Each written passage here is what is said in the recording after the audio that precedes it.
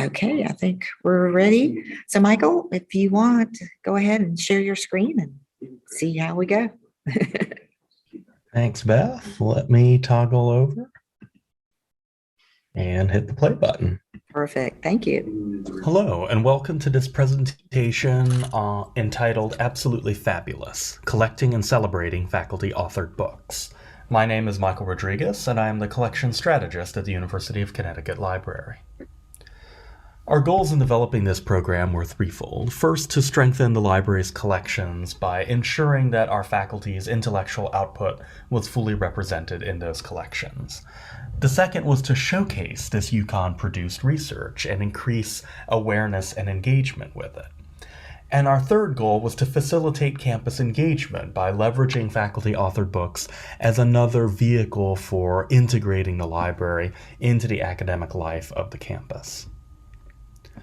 In developing the collection, we quickly set some program parameters. We identified print as the format of choice, as it afforded more flexibility in terms of displays and events. We ensured that the collection included faculty authors from all UConn campuses and programs, and we generally purchased staff or student-authored books as well if they came to our attention. We did exclude textbooks from the faculty-authored corpus, as well as books unrelated to the fulfillment of the author's academic responsibilities. We set a cost limit of $250 per title, whether the title was a single volume or multi-volume, and we dedicated private donations to supporting the program, which is entirely funded through endowments and other donor accounts. In terms of identifying titles for inclusion in the corpus, we launched a GOBI notifications plan, or SLIPS plan, which successfully identifies approximately 80% of faculty-authored books, or FABs. We did work closely with GOBI on this project. However, we also identified some other sources for the remaining 20% of titles. We encourage faculty and community members to donate their books or to submit purchase requests for the library to acquire them. Every year, we obtain a complete data export of faculty publications from the university's faculty reporting system, and this has been incredibly helpful for us in identifying any titles that GOBI missed. We also have student employees occasionally troll through department websites in order to identify any titles that we have missed through these other means. The outcome has been that we have purchased 360 titles published from 2017 through the present, indicating an average UConn faculty author output total of 70 books per year. And we spent about $6,000 or $6,500 per year in this program. In terms of ensuring that the books we acquire are discoverable, we have a number of ways to do that. The first way is through a physical display, which is located at the library's entrance, co-located with our new books. This display has really phenomenal engagement, and a lot of folks have commented on it or made suggestions, so we know it has driven some circulation activity. We also have an online collection curated through our Ex Libris Primo discovery platform that provides a user-friendly and visually engaging way of browsing the collection or searching for specific titles. So here you see all 360 faculty-authored books included in this collection. And finally, we have a public note in Primo. Whenever a patron clicks on the catalog record of a book that is faculty authored, they will see a note just below the call number and location information indicating that this is a UConn faculty authored book. In terms of driving engagement with this collection and this program, again, we have a number of ways to do this. We have a standing web page, which is linked from our library website's top navigation, that talks about the program, that includes a blurb from our dean, and some FAQ information, as well as a link to the Primo collection, so that it is pretty easy to locate the program as well as the collection. In addition, we engage in active marketing of this collection. So we have every month or two faculty authored books that are featured on the library homepage using the template that you see on this page, on this slide. This image, in addition to being showcased on the library homepage through the web carousel that we have there, it also goes on the marketing screens that are throughout our buildings and on the library's social media. Each author also receives a personalized email from our head of communications and engagement, and we've seen some really wonderful replies from faculty members who are elated that the library has purchased their book and is highlighting it for the campus community. I collaborate with our subject specialists to select titles to be featured according to currency, diversity, breadth of appeal, and campus and disciplinary representation, as well as, you know, the quality of the cover art and how likely it is to capture attention and drive some engagement. And finally, we host events in collaboration with other colleges and offices throughout campus. We hosted a launch reception when this program went live in October 2019, and we've tabled at several author events that may be hosted by the bookstore or by the College of Liberal Arts and Sciences.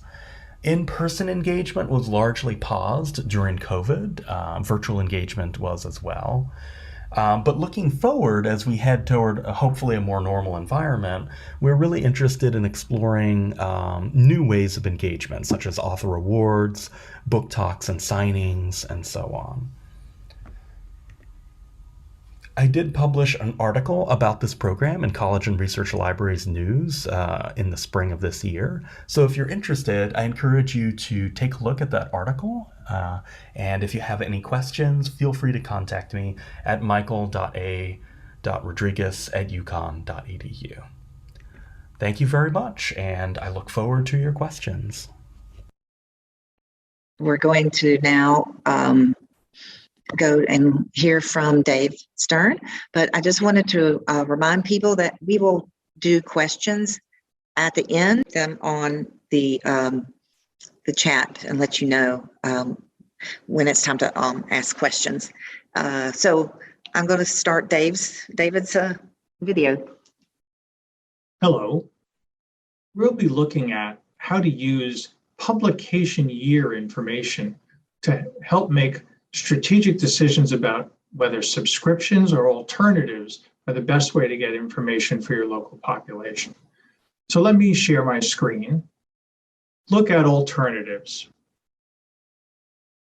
Right now, the main way most people get access to journal articles is through subscriptions or alternatives to subscriptions. So the subscription options tend to be an individual subscription, which means you don't have to worry about an embargo period, a publisher package plan or a partial package plan, and even possibly archive files that go along with that, and aggregator packages that include a variety of different journals, usually in a subjective approach.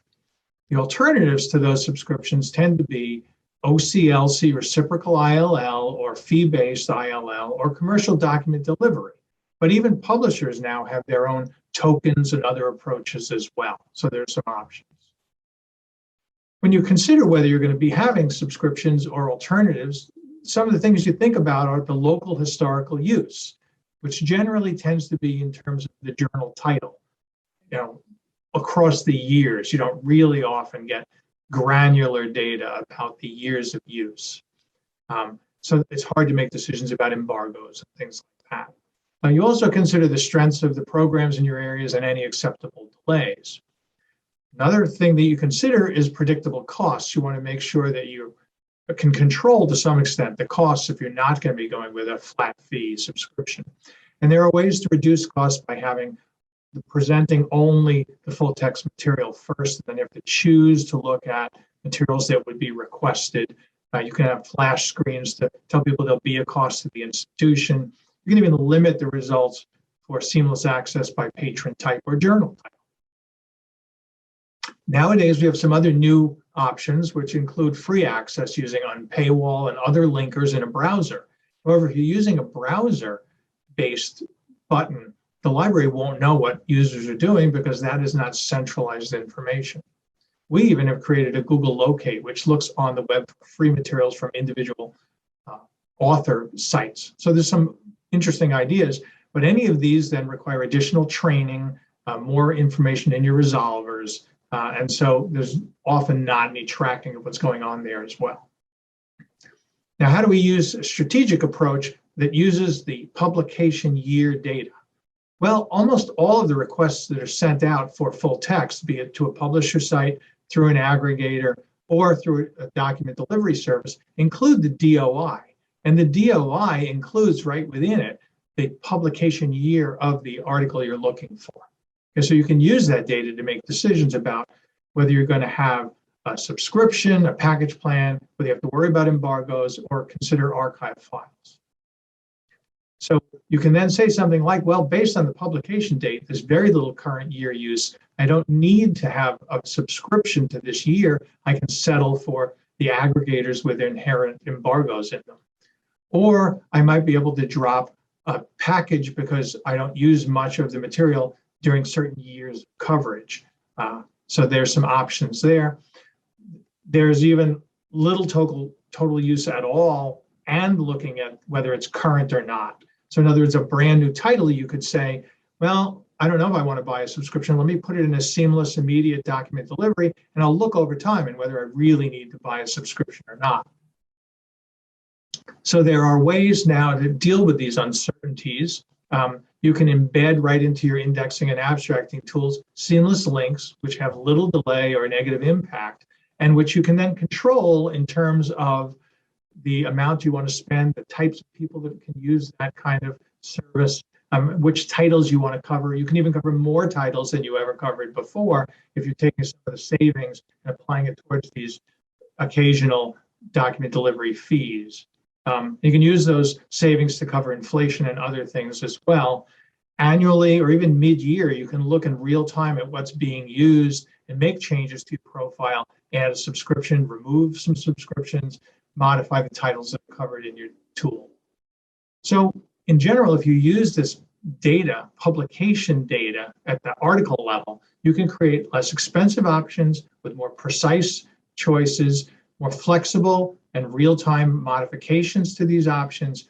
You can use the money for other purposes, higher priorities. You can control to some extent the costs, and you can be effective. Okay, so what do you need to do? You need to ask the publishers and vendors and platforms for the data, the DOI data that doesn't get sent to us now. Then you can explore, advocate, and promote these alternatives, demonstrate to the stakeholders the advantages rather than just the changes which are seen as negative, and collaborate with publishers and vendors on R&D so these kinds of reports are sent to us on a regular basis. And so those are some of the things that can be used to use publication dates information to make more strategic decisions. If you have any questions, we'll talk about those a little bit later, and you have my email.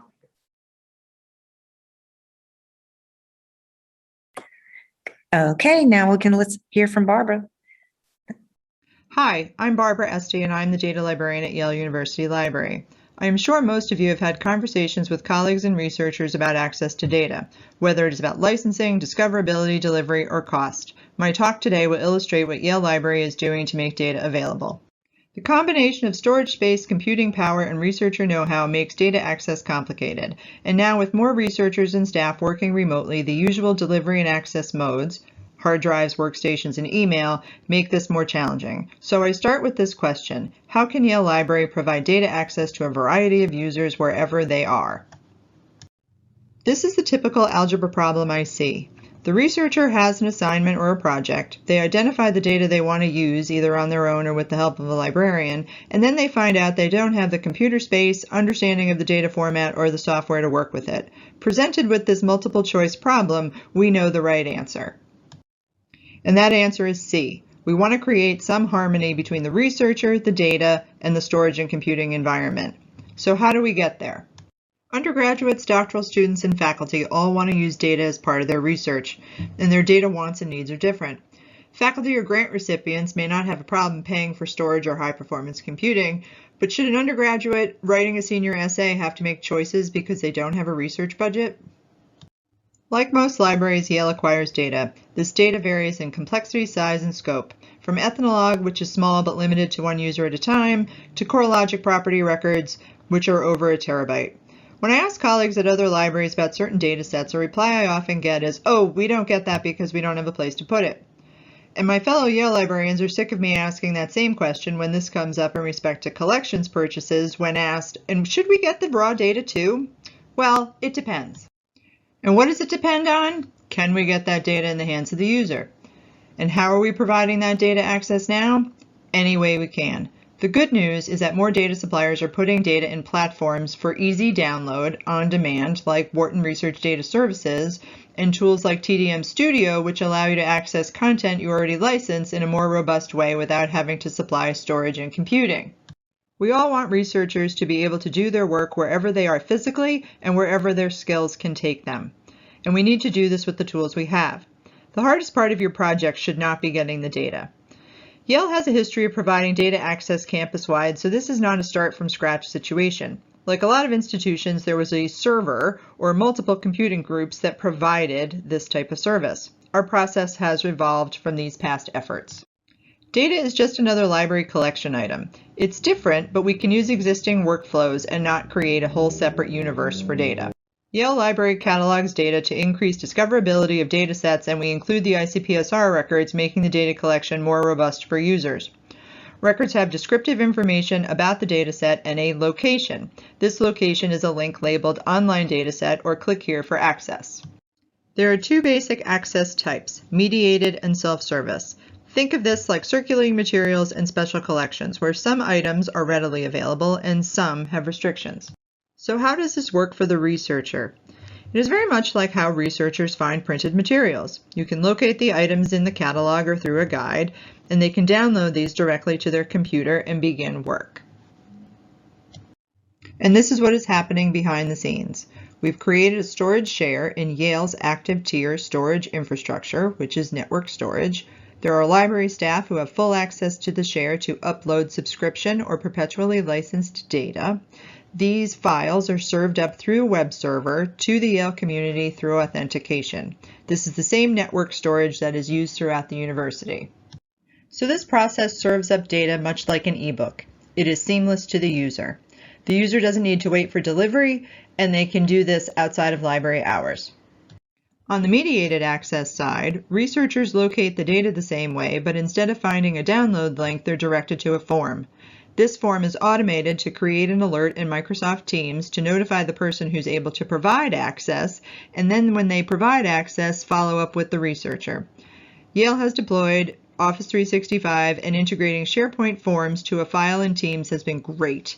Instead of this information living in email, it is now centrally collected in SharePoint so that we can follow up with users, gauge usage, and collect data consistently. This architecture is similar to self-service, but instead of authentication, we can assign permissions at the file level. Researchers are granted read-only access after being informed of any restrictions, and they can download the data or compute the data in place. We also have some workspace in this share. If it is needed, we can provide some storage space to researchers for their derived data as they work through their projects. I mentioned earlier about computing.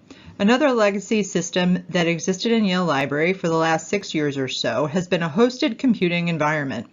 This research computing environment for Yale faculty, students, and staff provides up to 10 concurrent users with access to specialized software, including ArcGIS, Mathematica, SPSS, and Stata, without the need to download or run the software on their local machine.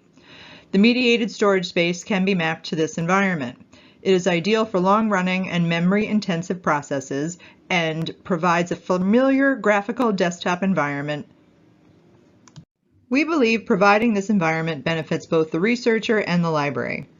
The data is safe. We do not have the data in the wild problem where multiple copies are stored on Yale servers and beyond. The onus is not on the student to find storage and computing, and we know who is using the data. Because we are using the same infrastructure as the rest of the university, the upkeep is easy. So far, costs are not high, but will need to be monitored and planned for. We continue to look for opportunities for improvement with both researchers and infrastructure. But most importantly, we have answered our question and we know where we're going to put that. Thank you. Great. Thank you, everybody. So I want to open this up for questions from the audience here or online. I know, Michael, you've already answered one, but I don't know if everybody saw the answer. So I'm going to ask it again. There was a question that said, I wondered if you find that faculty publications circulate more since you've highlighted them on the homepage. Well, thanks for that question. Yes, we found that they do circulate much more consistently, particularly the older publications that we've retroactively purchased. I will say that during the COVID shutdowns in particular, we also worked with our liaison librarians to identify faculty-authored ebooks to highlight in those web carousels and so on. And those saw really good engagement because all you had to do was click on the image in order to take a look at the book and the table of contents. So we saw strong usage there as well. I'll add too that faculty-authored books, they're a small pool, but they tend to circulate more than most books in general anyway. Typically, graduate students will read their advisors' books. Faculty often will assign them as well.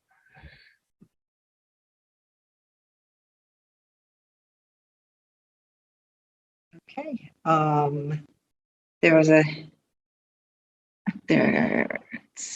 Somebody said, please open chat and Pathable. So I've got that open and I'm looking at the chats. If anybody wants to put something in there, please do, and I will read it out. Does anybody have a question here? And I can ask. Let's see. So Barbara, what's the FTE of people that are helping make sure that the data gets put where it needs to be and the computers? I'm gonna probably more like 2 because it's mostly me. Right. I thought it had to be you. So it's mostly me, but there is if it can be put in by the person who has cataloged the data, that's great.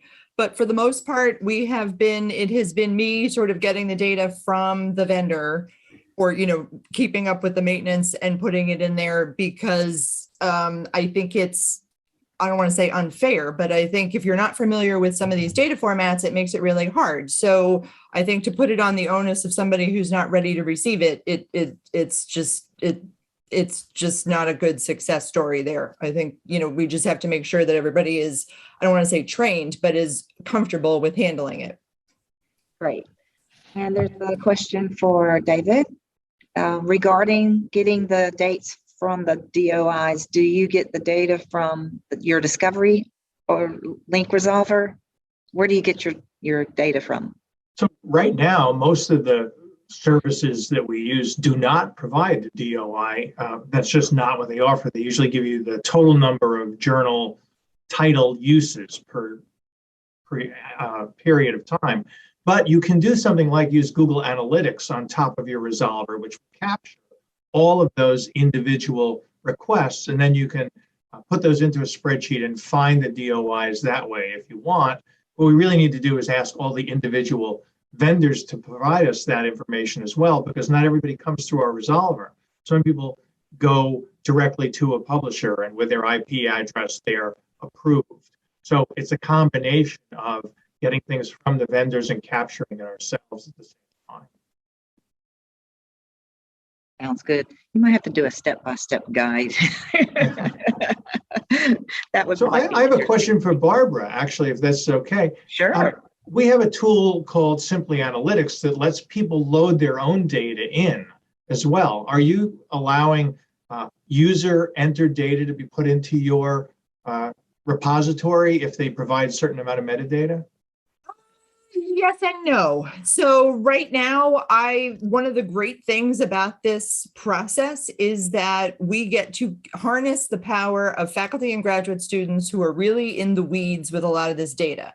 So therefore, they have become an extreme help to provide documentation, parsing of data, taking their data sets and, mixing them up and creating better data sets that we, they're happy to give us a copy of it. So it's all living in there. So it's not necessarily always extra data. We can provide them with some workspace. We're not necessarily taking student or faculty data into the collection, but I don't think there's any reason why we couldn't if it was something that we should, so I think that that's flexible in that way. We're making up the rules as we go. Yeah. I have another question for Barbara. If this one's on the chat, do you engage faculty to find their data needs, or do they come forward with their needs before they start a project? How do you engage both? So as the data librarian, a lot of people will come to me with a concept or a question, or they are trying to replicate a paper. A lot of it is usually, does Yale have this, or can I get access to this, or can somebody buy this? And we kind of go through of what do we have that could be a better proxy or a better answer, or why we can't get it. And so it's a whole host of service that we can provide of whether it's, okay, let's find you a data set. If we find you a data set that makes sense for the library to purchase, then we figure out how do we provide access to it, or how can we, we don't buy data for individuals. We can only license things from across to the entire Yale community. So yes, we do find data for faculty and whatever, graduate student, undergraduate, but also they will come with the, okay, my department bought this. It was licensed for the entire university. Can you put it somewhere where we can make it broadly available? So it's a full range. Great. Thank you. And okay, there's a question for David, and I'll have to repeat it.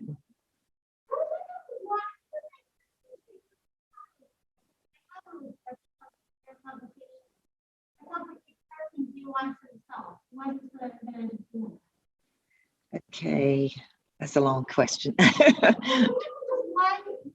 he not using the counter reports for your publication? Okay, David, why are you not using counter reports to get your year of publications? Well, counter reports don't give the specific detail at the level that we're looking. They give you sort of numbers, but not at the granularity that we need to determine whether it's an embargo title or not. So because different aggregators have different years of coverage, and the embargoes might be different depending on what you buy it through. So you need to do like a regression analysis almost to compare it to what you're buying. You could use Counter for some level of information, but it doesn't necessarily go as deep into whether it's in there's sort of appendixes and other things that I don't think that carries along with it too. So if you really want to be comprehensive, you need to go beyond just the Counter data. And I have a question for Barbara again. Does the Yale Library have a specific budget line for data sets?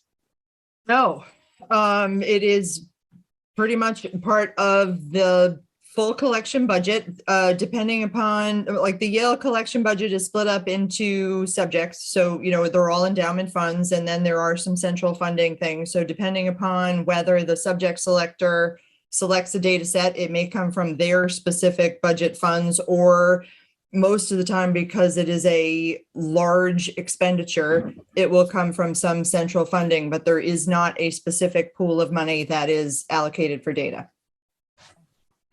Great. For Michael, real quick, I was trying to think. I might have missed it because I was trying to help moderate things. Does the collection, the faculty FAB collection, have a virtual or ebook versions that you have available? During COVID, we were tracking down previously purchased ebook versions, and while we don't use the endowment funding to purchase sort of 2 copies, very often selectors will purchase the ebook version from their own funds because they anticipate usage. And then if that happens, we generally will showcase the ebook. And that's what we were doing during COVID in particular. Okay, cool. Well, I think we are almost out of time. I do appreciate everybody being here today. Thank you, virtual audience and in person. We appreciate you being here. And if you have any other questions, I'm sure the speakers will be glad to answer emails or chat through Pathable. All right. Well, have a good day and enjoy the rest of and have a good weekend. Thanks.